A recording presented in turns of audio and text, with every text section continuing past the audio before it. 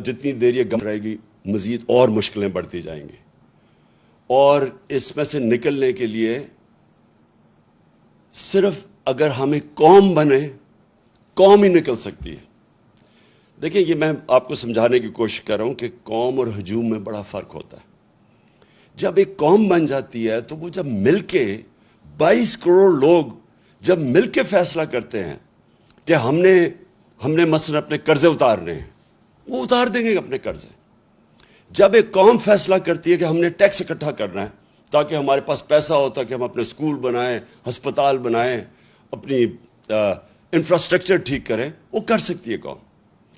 جرمنی اور جاپان دوسری جنگ عظیم کے بعد بالکل ختم ہو گئی تھی، ایک بلڈنگ نہیں کھڑی تھی۔ آپ تصویریں دیکھیں ان کی، دوسری جنگ عظیم کے بعد جاپان کے اوپر 2 ایٹم بم گر چکے تھے، ان کی ایک بلڈنگ نہیں کھڑی تھی، لیکن کیونکہ وہ قومیں تھیں، قوموں نے مل کے 10 سالوں میں وہ پھر سے کھڑے ہو گئے۔ تو ہم تو اللہ نے اس ملک کو اتنا زیادہ دیا ہے کہ ہمیں، آپ کو بھی نہیں اندازہ کہ اس نے کتنی نعمتیں بخشی ہیں، لیکن وہ ہم تب تک، جب تک ہم قوم نہیں بنتے، ایک قوم بن کے ہم اس کا مقابلہ نہیں کرتے، ہم ان نعمتوں کا نہیں فائدہ اٹھا سکیں گے۔ ہم جب، مجھے بڑی اچھی طرح یاد ہے جب زلزلہ آیا پاکستان میں 2005 اور 2010 میں جب سیلاب آیا، کیونکہ میں کام کر رہا تھا، ریلیف ورک کر رہا تھا، میں لوگوں کے بیچ میں تھا، میں سب سے پہلے اپنے بیرون ملک پاکستانیوں کو موبلائز کروں گا۔ دیکھیں میرے پاکستانیوں، ایک چیز سمجھیں، ہمیں اندازہ ہی نہیں ہے کہ ہمارا کتنا بڑا اثاثہ ہے بیرون ملک پاکستانی۔ ہم نے آتے ساتھ ہی ان کی تھوڑی سی مدد کی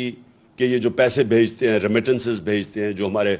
لوگ باہر کام کرتے ہیں، ہم نے کوشش کی کہ بینک کے تھرو بھیجیں۔ پاکستان کی تاریخ میں سب سے زیادہ 31 ارب ڈالر کی ریمیٹنسز آئی۔ ابھی ہم نے شروع ہی ہوئے تھے،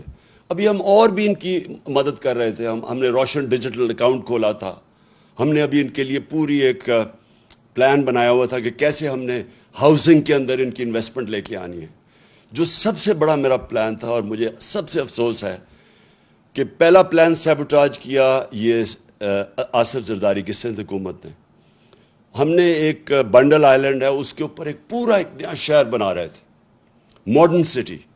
اور بڑے بڑے انویسٹرز آ گئے جنہوں نے اربوں ڈالر اس میں انویسٹ کرنا تھا۔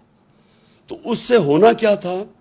کہ اس سے ایک تو کراچی جو پھیلتا جا رہا ہے اور جو مشکل، پانی بھی نہیں دے سکتے، سیوریج بھی نہیں دے سکتے، یعنی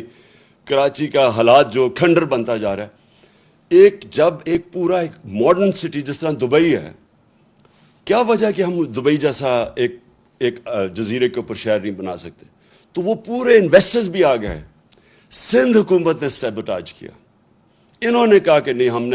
NOC دے کے واپس لے لیا، اس میں ڈالرز آنے تھے۔ دوسرا جو راوی سٹی ہے، راوی سٹی لاہور کو بچانے کے لیے پرانا پلان ہے کوئی 15-20 سال کا، اس کے لیے بھی لوگ آ گئے، انویسٹرز تیار، ابھی بھی انویسٹرز ہے، پتہ نہیں ابھی وہ، کیونکہ جب سے ہماری حکومت گئی ہے مجھے نہیں پتا، وہ بھی آ گئے۔ ایک عدالت نے 1 سال سٹے آرڈر دے دیا، آگے بڑھ نہیں رہتے ہمیں، تو رکاوٹیں تھی، لیکن اگر دونوں جگہ پیسہ آ جاتا تو آج یہ جو ہمارا روپیہ گر رہا ہے، یہ روپیہ نہ گرتا، کیونکہ ہمارے پاس ڈالرز آ جانے تھے باہر سے۔ تو کہنے کا مقصد یہ کہ اس طرح کے اور ہمارے پلانز ہیں۔ جو بیرون ملک پاکستانی ہیں، وہ سب سے پہلے، اگر ہم ان کے لیے جو پیکیج میں تیار کر رہا ہوں، ہم جب ان سے جب پیسہ آئے گا، تو جب تک ہماری ایکسپورٹس اوپر جاتی ہے، کیونکہ اس وقت ہماری امپورٹس زیادہ ہے، ایکسپورٹس کم ہے، اور ہماری ریکارڈ ہمارے دور میں سب سے زیادہ ایکسپورٹس ہوئے تھے، تو جب تک ہماری ایکسپورٹس امپورٹس کے ساتھ نہیں ملتی، تب تک ہم بیرون ملک پاکستانیوں سے ڈالرز منگوا کے تو یہ پورا کریں گے، جو گیپ پورا کریں گے، تاکہ ہمارے روپے پہ پریشر نہ پڑے، جو روپیہ گرتا جا رہا ہے۔ تو پہلی چیز تو میری یہ ہے کہ ہم نے اپنے بیرون ملک پاکستانیوں کو پوری طرح اس ملک کی، جو ہم اس بحران سے نکالیں گے، پوری طرح ان کی ہم مدد لیں گے، اور ان کا جو اربوں ڈالر ان کے باہر پڑے ہیں، یہ محنت کش لوگ ہیں، ان کا انشاءاللہ پیسہ لے کے آئیں گے۔